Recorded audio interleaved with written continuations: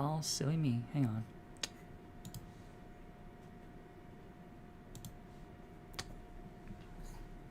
Cut that out of the VOD if I can.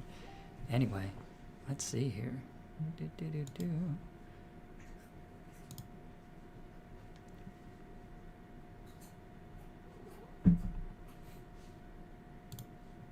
That's what we want to see. Okay.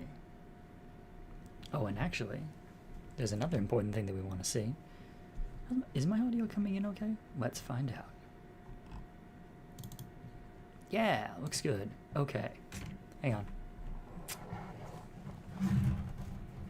Who's that?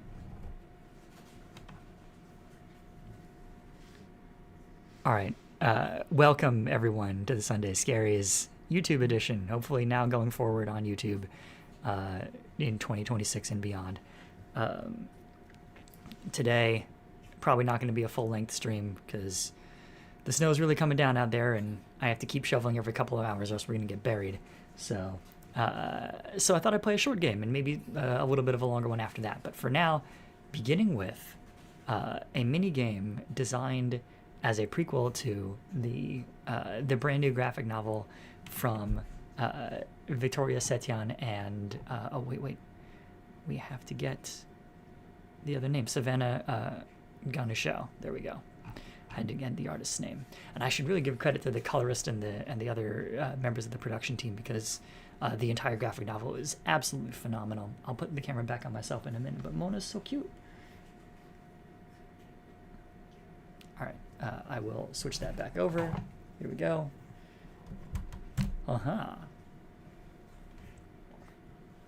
Okay.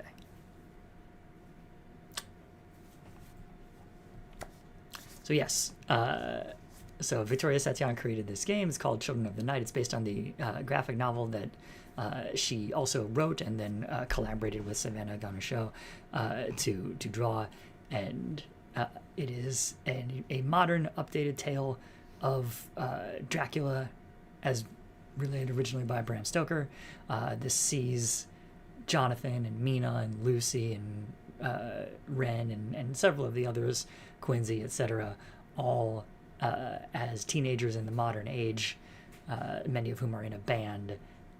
Lucy is a photographer, and a stranger moves to town after a big shipwreck happens, and spooky things start happening. It's a lot of fun. Folks who know the original Dracula story will find lots of things referenced there that will call back to the original. Folks who don't know the story will still have a good time because it's a fun, spooky horror in the vein of a sort of Monster Squad, Stranger Things type story. And we will get started in just a second. Here we go. All right, hang on. Just letting folks know. Da da da da da da. In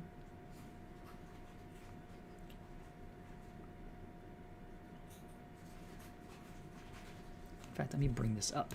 Ba-doom. There we go. Now we've got the logo up.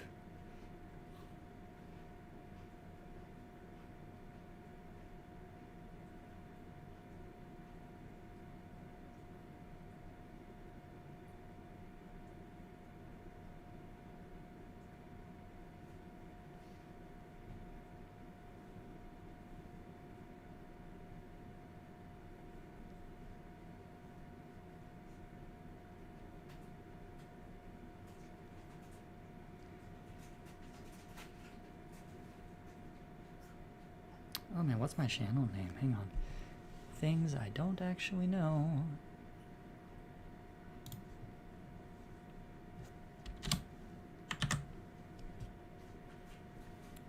Johnny 16710. Cool. Can do.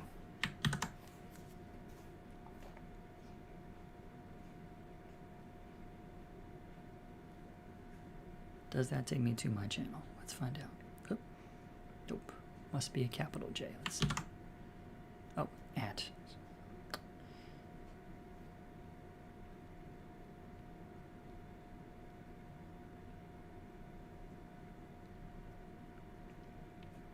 Need that at sign.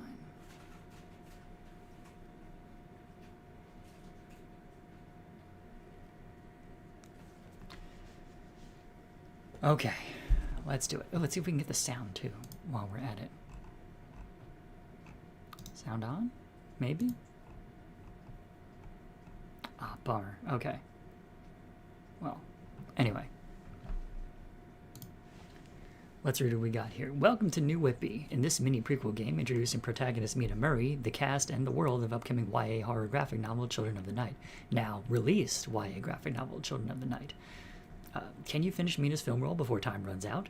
The more photos you successfully take, the better your final photo will turn out. Play as protagonist Mina Murray wielding her signature mechanical camera. Explore her favorite haunt, Carolyn's Cafe, on a rainy autumn day. Meet the members of local punk band The Romeros, and snap photos as you reveal the perfect shot through your text-based exploration. It looks like some kids from Mina's school are here. She decides to busy herself with grabbing some portraits and finishing the last shots of her film roll. But the type of portrait she prefers to capture isn't easy. She needs her subject unposed, authentic, and when she readies her camera, people tend to slip into a practiced smile, spoiling the shot. But if she's subtle and can catch people with their guard down, a good shot will reveal itself.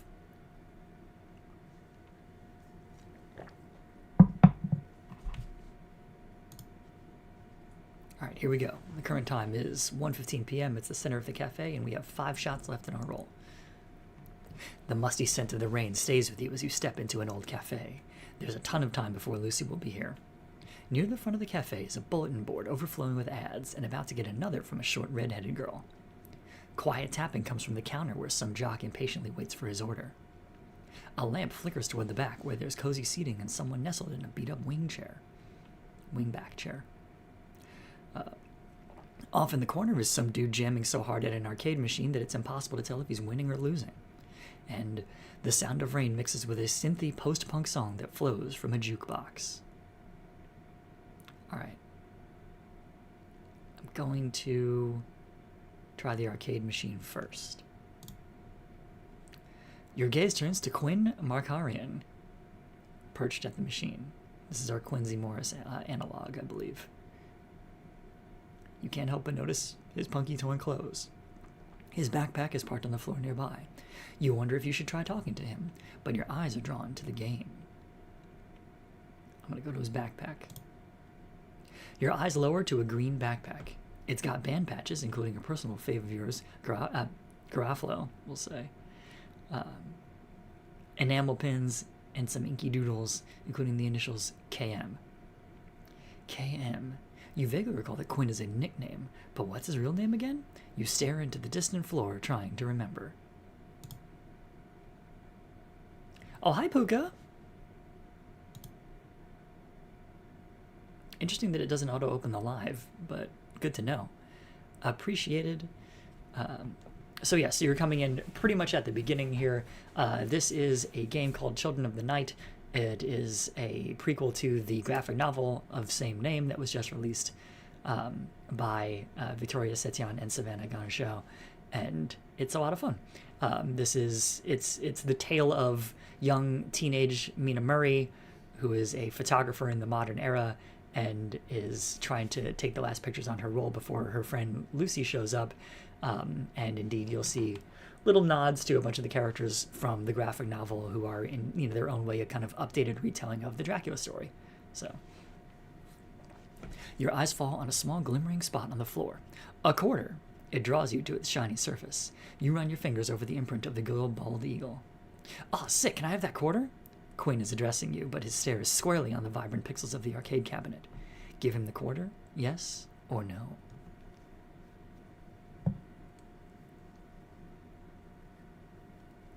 Hey man, finders keepers. I'm getting this quarter and I'm keeping it. Your fingers curl around the coin in answer. Quinn dramatically shrugs. What? Oh, come on! He turns back to the machine, tossing a final eye roll your way. Whatever. What's the big deal? It's just a quarter. You return to the arcade machine. Here we go. And now we return to the center of the room. We didn't get that shot, but we did get a quarter, and that's important too. The current time is 1:20 p.m. We have 5 shots left on our roll. Okay. The sound of rain mixes with a synthy post-punk song that flows from a jukebox. We have a quarter. For just a quarter, you can control the vibe of the whole joint. That's a lot of power to wield, and it's yours for the taking. You retrieve the quarter you pocketed earlier and flip through your options. You decide to go with either soulful indie rock group Garofalo, British synth sensation The Citizenry, or East Village punk rock legends P. Ramone. Well, we just saw that Garofalo was on his backpack, so I think it's a safe bet that that'll get a reaction from our friend of the arcade machine. Let's hit it. The record flips onto the platter. A grungy female singer unleashes her dreams over a surreal guitar twang. A little bit Ani DeFranco, perhaps? Hard to say. Anyway, someone nearby seems to approve of your song selection. Oh, nice! You turn your head to see who, and discover a second chance at a great shot. Quinn's focus is on the screen of the arcade machine, but his head moves in reverie to the song. He nods and croons along. Between the game and the song, he is totally lost to the moment. You give a little smirk at your hands, as your hands move to capture him. Point Mina. Snap. You captured Quinn. You wind your camera as you return to the center of the cafe. That's one down. It's currently 125.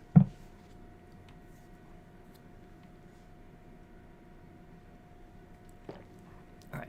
Quiet tapping comes from the counter where some jock impatiently waits for his order. You walk over to the counter where Arthur Ho, the lead singer of the Romeros, taps on his phone with not-so-subtle impatience. Beyond him, the baristas are meticulously at work. The barista's expressions are unreadable. Arthur has his phone out, his dazzling smile seemingly powered up with every dopamine-filled tap. Of course he's wearing his signature Letterman's jacket. Your eyes drift to the assortment of pastries and tea bags. Maybe you'll order something.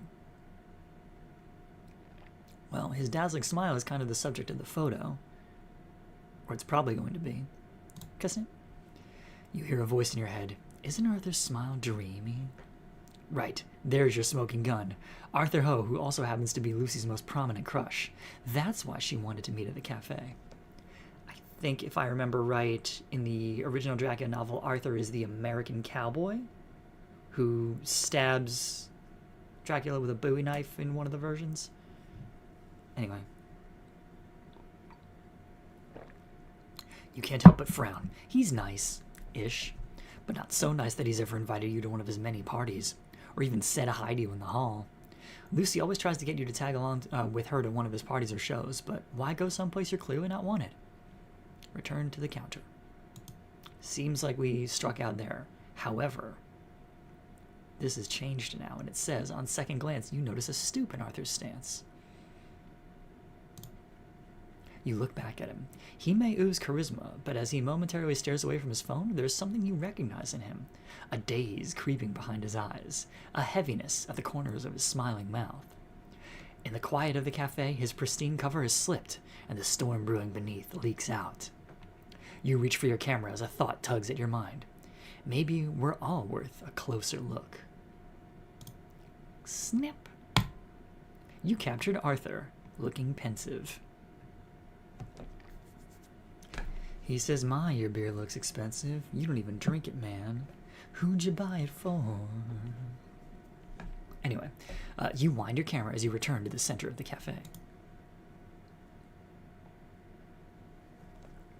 Not self-winding, eh? That's how you know it's a classic. Anyway, I don't know film cameras. All right, it's 1:33 p.m. 3 shots remain to get. There are 2 areas left to check. Let's try out where it says a lamp flickers toward the back, where there is cozy seating and someone nestled in a beat-up wing-back chair.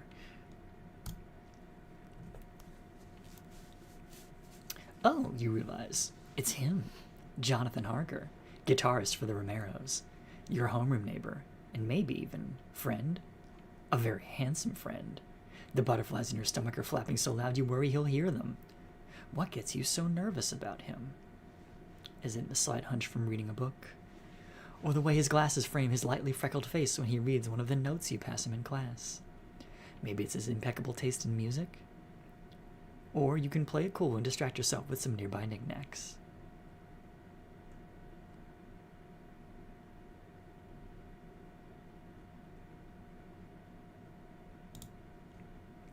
Your eyes graze over the assortment of nearby knickknacks and land on a set of porcelain ghosts, each a different shape, size, and pattern. One is small, speckled in blue, another is stocky and stark white. Ghosties. There's an urban legend that the lost souls of New Whitby will come haunting unless you have a ghostie already inhabiting your home. Oh, they're like the things from Home Safety Hotline that I can't remember the name of right now. Oh well, anyway. Jonathan is looking at you. Oh, we should totally swap ghosties sometime. Ghosties are always supposed to be given, never purchased for yourself. So his offer would be exciting if you hadn't gotten rid of your ghosties a while ago. You need to give Jonathan a reply. Do you agree, even though you have nothing to trade? Or do you quickly make up some kind of excuse for why you can't? You know what? You have time to get one later. So I say agree. You muster your best warm smile. Sure. Well, this is a bit of a problem. You don't have any ghosties to trade, and buying one for yourself breaks the tradition. They say doing so will send an angry spirit to your home. While the thought of seeing a ghost amazes you, you'd prefer to not have one over a bad mood. Not to have one over in a bad mood. The realization that you might have to ask your parents to give you a ghostie fills you with dread. Asking them for anything, even a small thing, always turns into an invitation to pry into your life. Great. Sick, this will be fun, Jonathan assures you before getting absorbed again in his book. Yeah, fun. You sigh inwardly.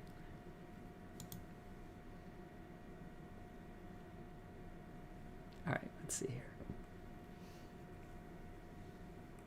I want to have one more part of the conversation with him.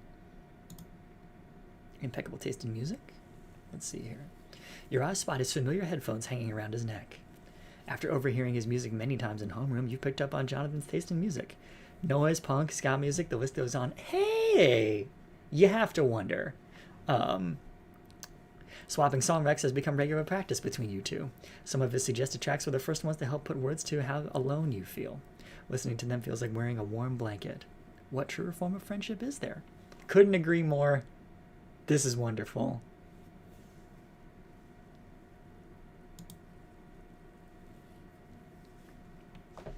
Okay.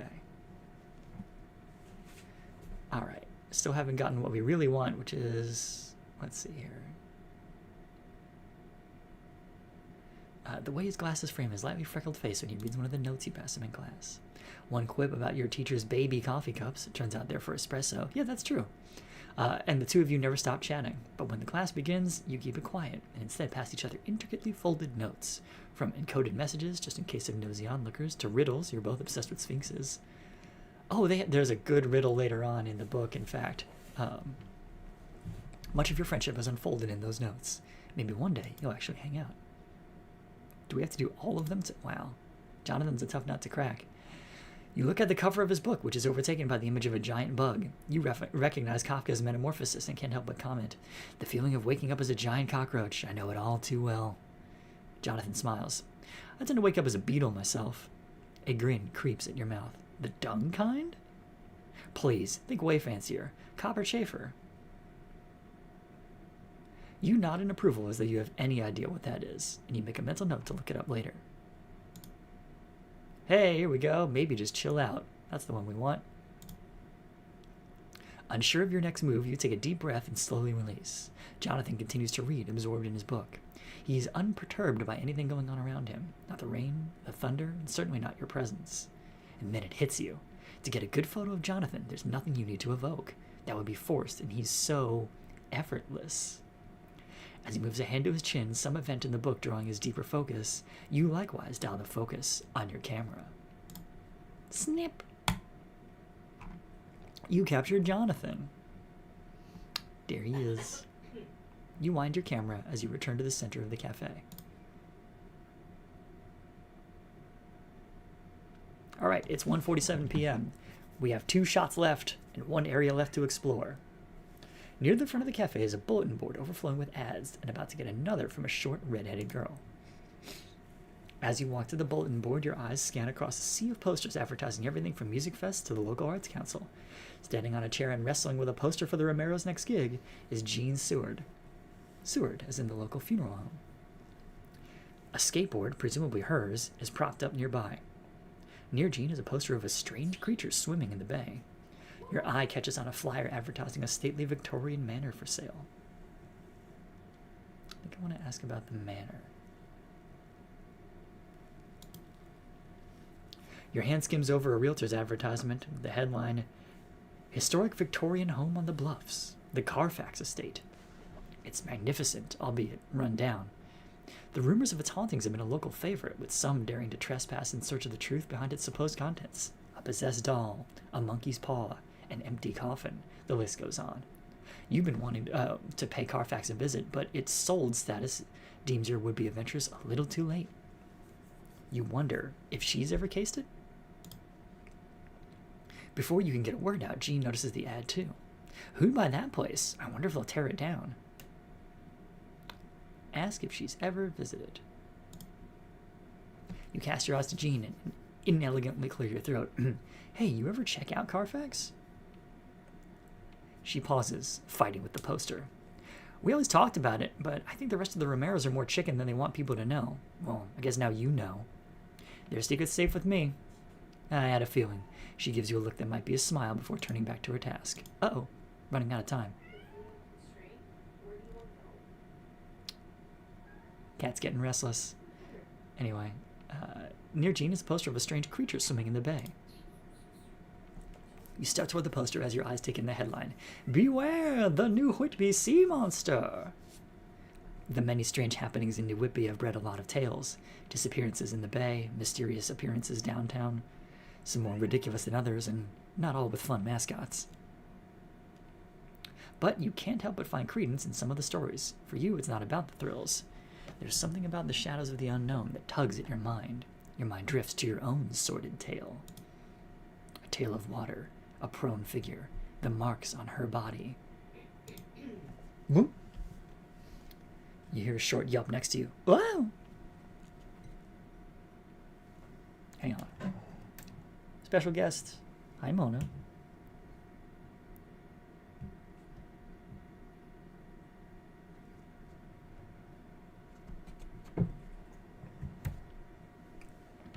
Okay. You step back from the sea monster poster. Wrapped up in your thoughts, you've gotten too close to Jean and accidentally bumped into her. Now she's precariously wobbling on the chair. You blurt out an apology. Sorry.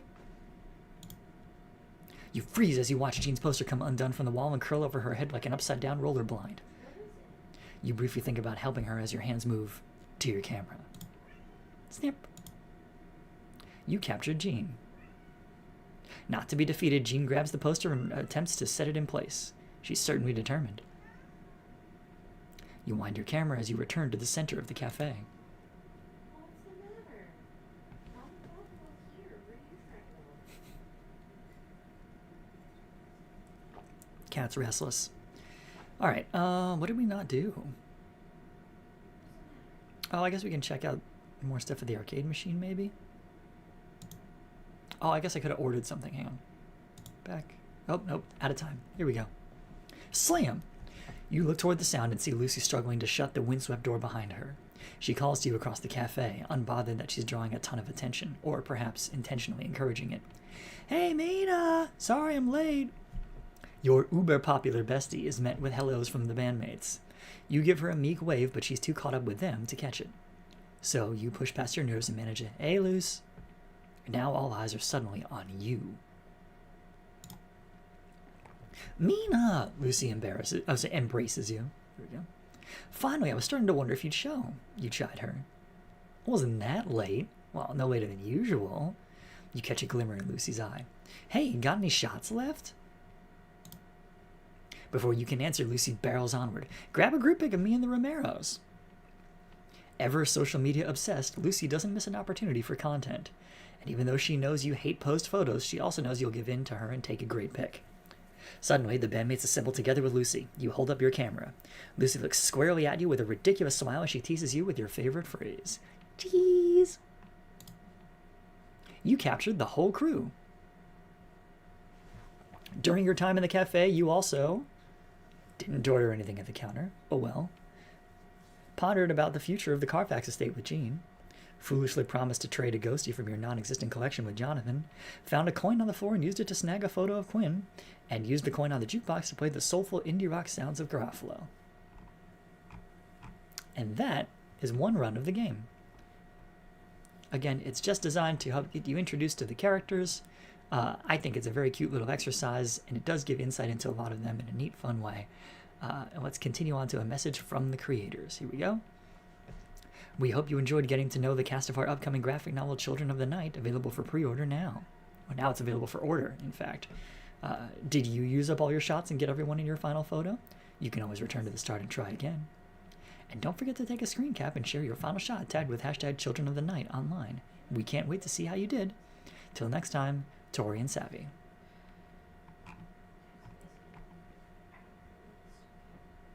So yes, and in fact I'll bring up the page for the book in case people are curious about it. Oh hush. Children of the Night When Monsters Wake, Book 1, a graphic novel by Victoria Setian and illustrator Savannah Ganesha. There we go.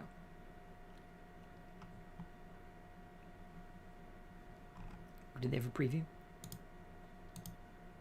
They don't. Drat. Oh well. But yeah, you can see Mina there with her fancy mechanical camera, looking terrified. Hard to tell exactly which terrifying thing she's looking at, but there's a few in the book, and it's a lot of fun. Alright, so let's see here. So we will switch back over to just chatting. Here we go. Yes, to clarify, the thing I was reading out was a prologue visual novel / choose your own adventure thing that was released by the writer of this graphic novel as a way to get people interested in the book and the characters. So Tori has a background both in comic books and in video games. She used to be she used to work for DC Comics and then switched over to Warner Brothers Interactive and got to work on things like the Arkham games and then and Mortal Kombat vs. the DC Universe and Injustice and things like that. And then she went off and grew her skills as a game developer or a game maker of various levels, working on things like Just Cause 4 and a few other games as well. And now is an indie comic creator. And I think may also be still working on some indie games as well. So yeah. It's real neat stuff, and I was very excited to get to try it out. And the book just came out, and I read it, and I loved it. So I thought I would do this as a way to tie it in. So.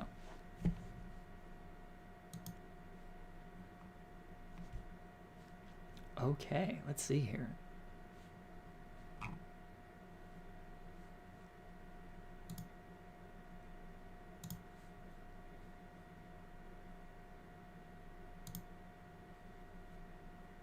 Can I play Doom Glove in browser? No, I can't. Okay, hang on. Because I was going to jump straight over to playing Doom Glove, but it looks like I have to install that, which I will do in a minute. But I did want to do this just mostly as a test, because I thought it was fun to try out. I'm trying to think of what other Sunday Scaries games I have on tap ready to go. Now, let me see. Oh, Puka, while you're listening, I do want to flag that I picked up Bokura Planet at the last Steam sale, so we should definitely play that at some point.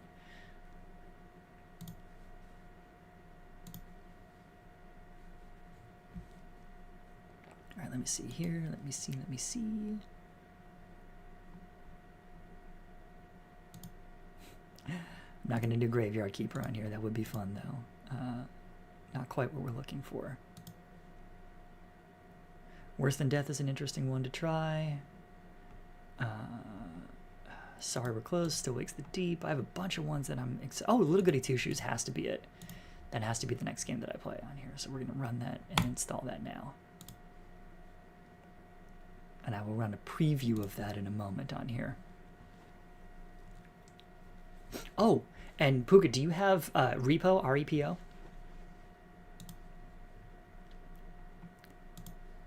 Because that's another game I got recently, and that's a co-op horror game, and that would mean I would actually get to involve people in the stream and not just be playing single-player games all the time. I know Hana Pengu has that one as well, so we can even play 3-player. My wife has it too, maybe even play 4-player.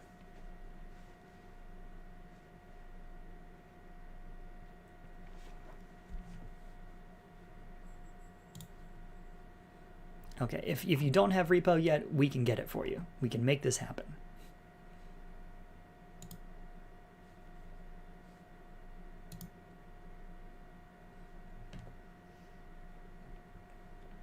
Fair enough. Okay, let's see.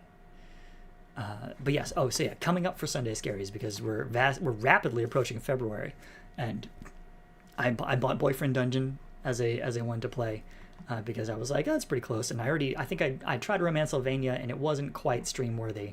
Let me check and see if I have a gift copy of Boku Planet to give you, because I don't know if it did the thing where it gives you a second one to give to somebody else. I'm gonna check that now.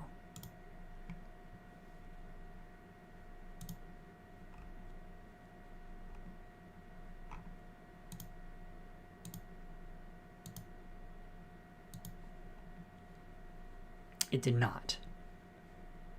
So I would say keep it in mind, and when we're ready to play it, hopefully it'll have gone on sale by then. Who can say? But yes, no. So I will use this time to tease upcoming Sunday Scaries games. I would like to play. I think Little Goody Two Shoes is going to be my next one, and I'll run a trailer for that in a moment. I'd like to play Norco on stream this year. I'd like to play Repo on stream this year. I'd like to play Shadows of Doubt on stream this year. I'd like to play Sorry We're Closed on stream this year. I'd like to play Still Wakes the Deep on stream this year. I'd like to play 1000 Times Resist on stream this year. I think that's going to be a good one. And I'm thinking of doing the Beginner's Guide as well. I'd like to play Crow Country on stream this year. That's going to be a good one. But let's see here. Oh, it's on sale. Nice. Good deal. Yeah, I think 320 is a good value for money, right? Okay, so I think we just got Little Goody Two Shoes to finish. So the question is, can I bring up the trailer? Let's find out.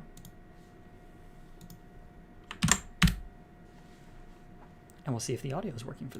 Ooh, Balatro. That's a fun one. Anyway, we're going to see. Okay, so this is hopefully the next game that I will do. This is Little Goody Two Shoes.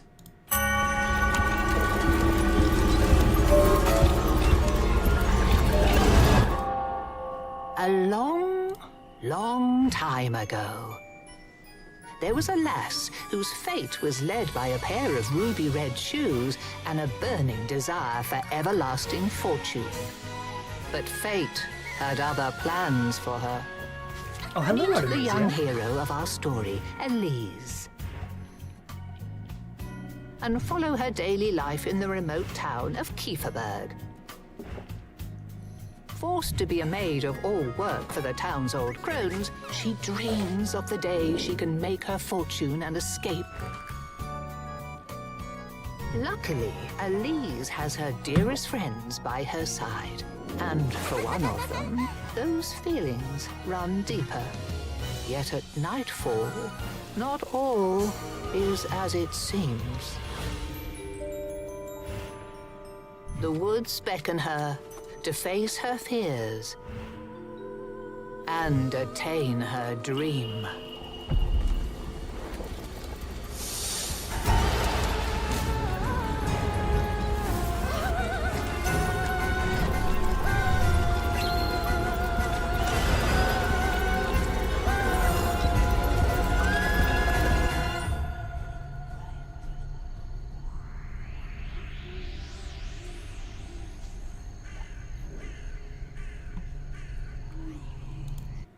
So yes, it's a mix of a sort of visual novel slash RPG Maker type RPG. So a little Stardew Valley, but more a bunch of the stuff that Stardew Valley was pulling from visually.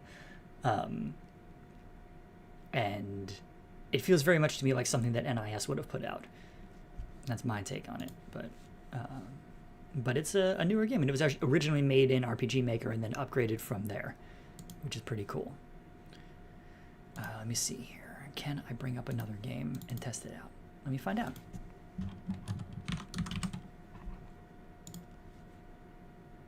While I'm trying that, I will switch the thing in OBS back over to just chatting. Okay. But yes, no, it's very pointedly a fairy tale horror slash romance dating slash visual novel because it has all of those elements together, kind of mushed up. There are at least 3 different romanceable characters, and yeah, it's a bunch of other stuff going on as well.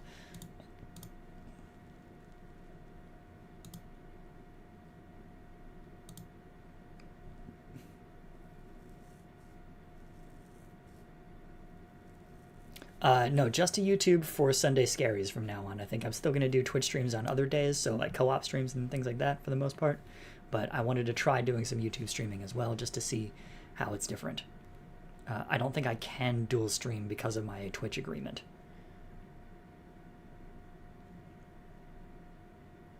Wow, it's really trying for that space requirements on the computer. Something's funny here. Hang on.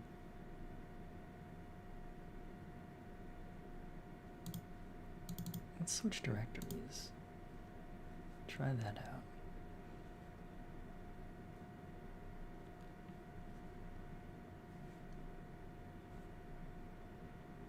Yeah, no, when you're successful enough, I think you can do a dual stream thing, but from what I remember reading in the affiliate agreement, I think that's not something that affiliates are allowed to do. Also, I don't know how to do it on a technical level. It's way more complicated than anything I know. So, working on it.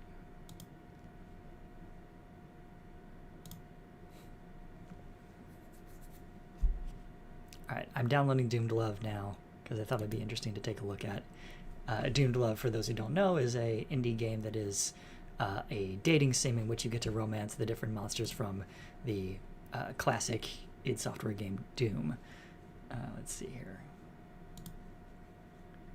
Can we get it to run? It'd be cool if we could.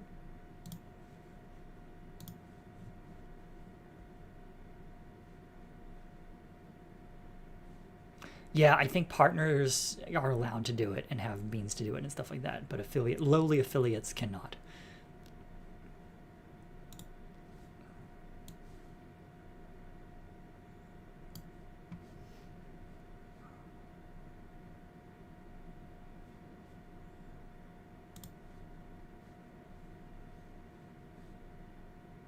Oh, this has music. That's good to know.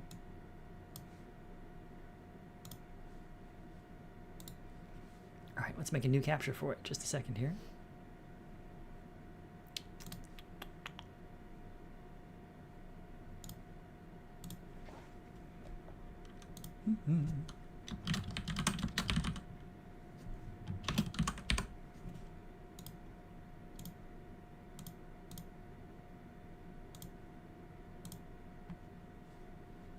Hey, there it is. I'm just going to move it down now. Okay. It's looking pretty good, as far as I can see. Alright, so we're going to play a little bit of Doomed Love. This is just kind of bonus content for the stream at this point. Let's take a look and see how this one goes. Careful, you're going to rip it. Don't tear it.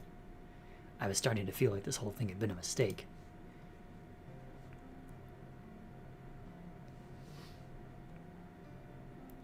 It was the last day before the Icon of Sin festival, and things were getting tense. Cacodemon had gotten 4 friends, Revenant, Mancubus, Demon, and myself, Zombieman, to finish the last of the decorations. Oh no, I have to come up with voices for these. This is the last one, be careful. I'm being careful, you're such a control freak. I'm not. I just think this ought to be perfect, and I'm the only one here that can assure that. Everything needs to be fabulous for the festival. It's fine, we're basically done. It looks fine, right, Zombieman? Yeah, we've done the hard work. Time to party. Not for me, I have to go home and practice my trumpet solo a few hundred more times. What? You still need to practice? You don't need to practice more, Revenant. You've done your solo 1,000,000 times over. I can still screw up. You won't. I covered the last papier-mâché severed head in glue and started to cover it in glitter. So does anyone have a date for tomorrow? I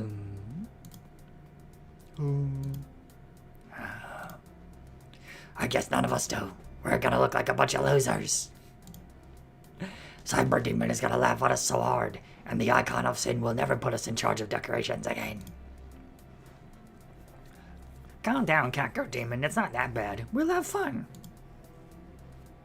Yeah, it's supposed to be a celebration, not stress or armor. There are already going to be a lot of demons there. We don't need to bring our personal demons as well. It would be nice to have a date, though. Oh, hang on. Maybe I'll entice someone with my trumpet playing. You'll need to practice more if that's your goal.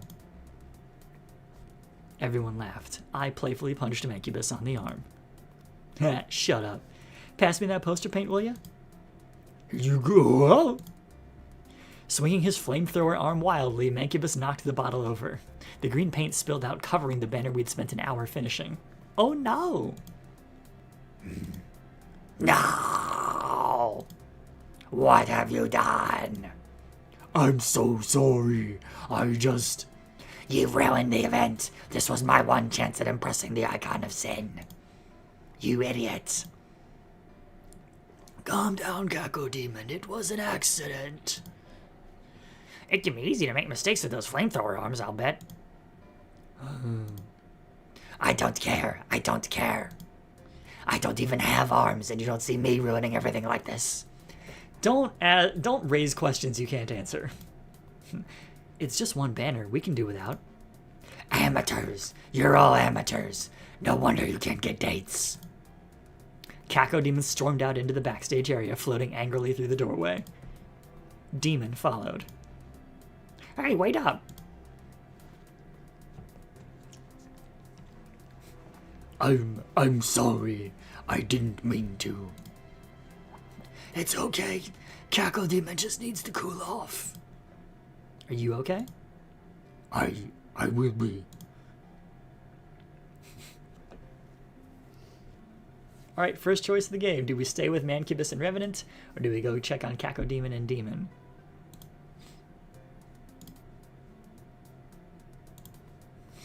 Alright. Backrooms game's fun? Puka, I don't know. I've heard one of them was good, and I don't remember which.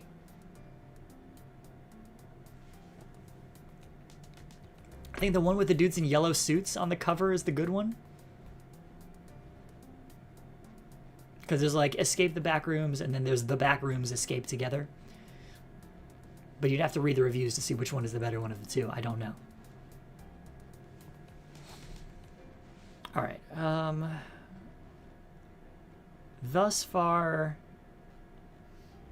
I don't know. Maybe I'll try and romance Demon.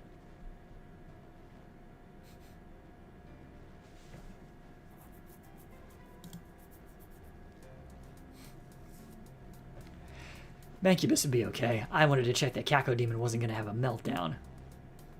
Okay, I'm going to go check on the others. You guys can tidy up, right? You got it. Thanks. I left. I heard Cacto Demon sobbing by the backstage exit. It's not important. We have enough. I know. It's just the pressure gets to me sometimes, and... Hey, guys. Hi, Zombie Man. Hello. Don't worry, I think I'm okay. I just got a little overwhelmed with it all back there. Don't worry, it's been a long week. But it'll all be worth it tomorrow. Cacto Demon smiled. Yeah. A smiling Cacto Demon in front of a bunch of school lockers is a weird thing to see, let me tell you. Just then, Cyber Demon, Baron of Hell and Hell Knight, burst through the back door. Cyber Demon, Baron of Hell, and Hell Knight burst through the back door. You jerk still here? Jeez, give it a rest.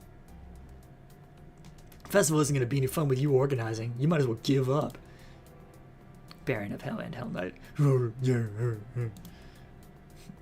For your information, Cyber Demon, we are all done here, and it looks amazing. Huh, unlikely. Icon of Sin is going to put me in charge next year for sure after this year's a drag. Ah, you tell him, boss. Well, I guess we'll see, but you'll be sorry when... The sound effects. Did someone say something, or was that just an insignificant speck? I don't recall addressing you, lowly demon. You're too low on the pecking order for me to even care about anything you have to say. Hey, that's not nice. Oh, and a zombie man too? One of hundreds of zombie men? Jeez, you guys really are the loser brigade. Get out of here, cyber demon. With pleasure. See you at the festival, dateless wonders. Yeah, bye. They left the way they came in. Demon looked hurt, and Caco Demon's scales were riled up again. We'll show him. There's nothing more we can do here anyway. We might as well get some rest. I suppose so. I'm gonna grab a bite to eat. You coming, demon? Demon snapped out of their thoughts. Oh, no thanks. I'm just gonna go for a walk, I think. Clear my head a little. Suit yourself. What about you, zombie man? I'm gonna go for a walk with Demon. I'm okay. Thanks for the offer, Caco Demon. Demon, would you mind if I joined you on your walk? Okay. Might be nice to have some company. Suit yourself. We left the venue ready for the following day.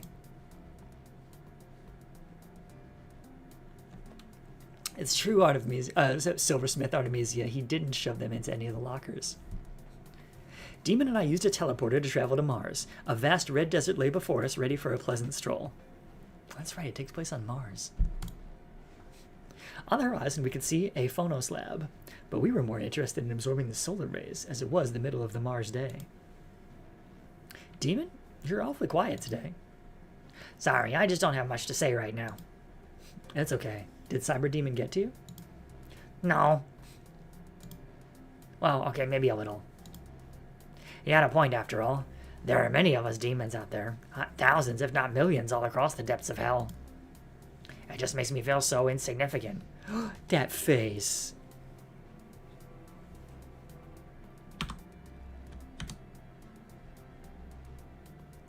I want the Scarlet Hollow, like, clean screen option to be able to take a snap of that. It's very funny. Anyway. The Note Demon's quite like you, buddy. Remember that. How do you know? Look out there into the shadows, the vastness of space. There's so much out there. In a universe of infinite possibilities, how can I be anything less than average?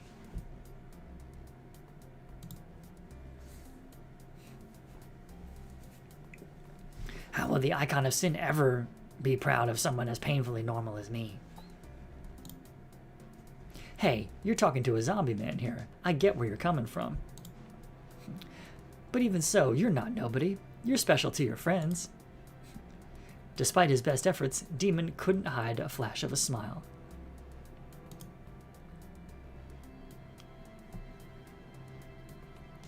I'm not as interested in his relationship with Cyber Demon as I am interested in his own aspirations.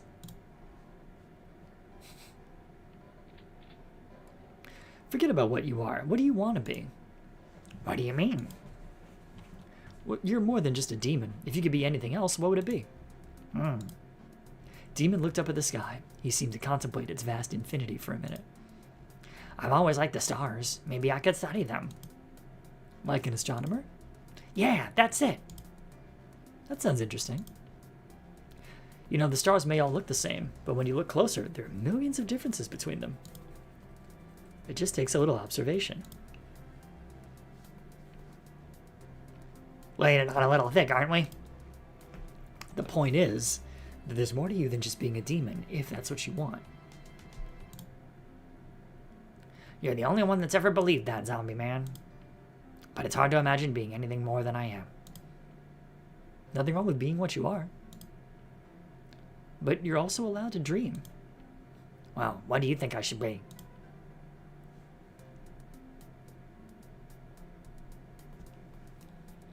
Why would you say settle for what you already have? What a defeatist attitude.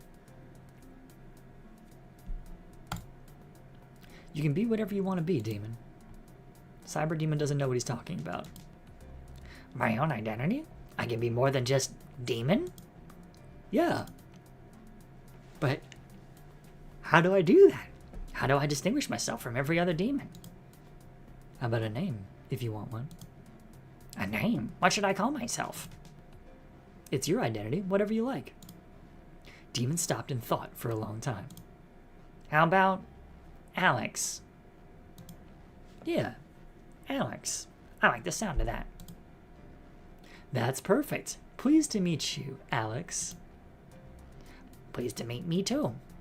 Oh, that thing changed.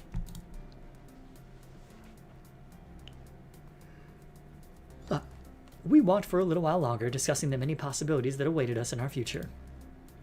As the light dimmed, we made our way back to the teleporter to return to hell. Hey, zombie man. Yeah? This was nice. It was. Would you maybe want to go to the festival with me? Better than Adam? I suppose so, Artemisia.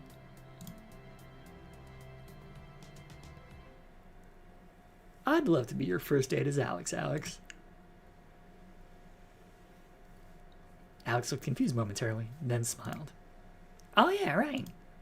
I was so invested in your answer that I almost forgot my new name. That's great. We can show off Alex to the world for the first time. Alex beamed with pride.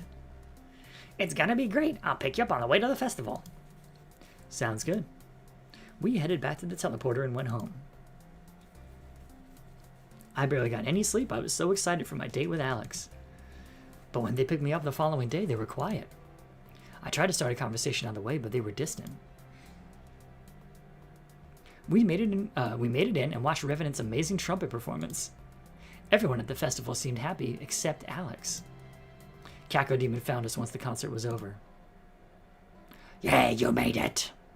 Yeah, you did a great job, Caco Demon. So are you guys here together? Yeah. That's great. I'll leave you to it. Caco Demon floated away, eager to greet others. Alex, are you okay? How do you mean?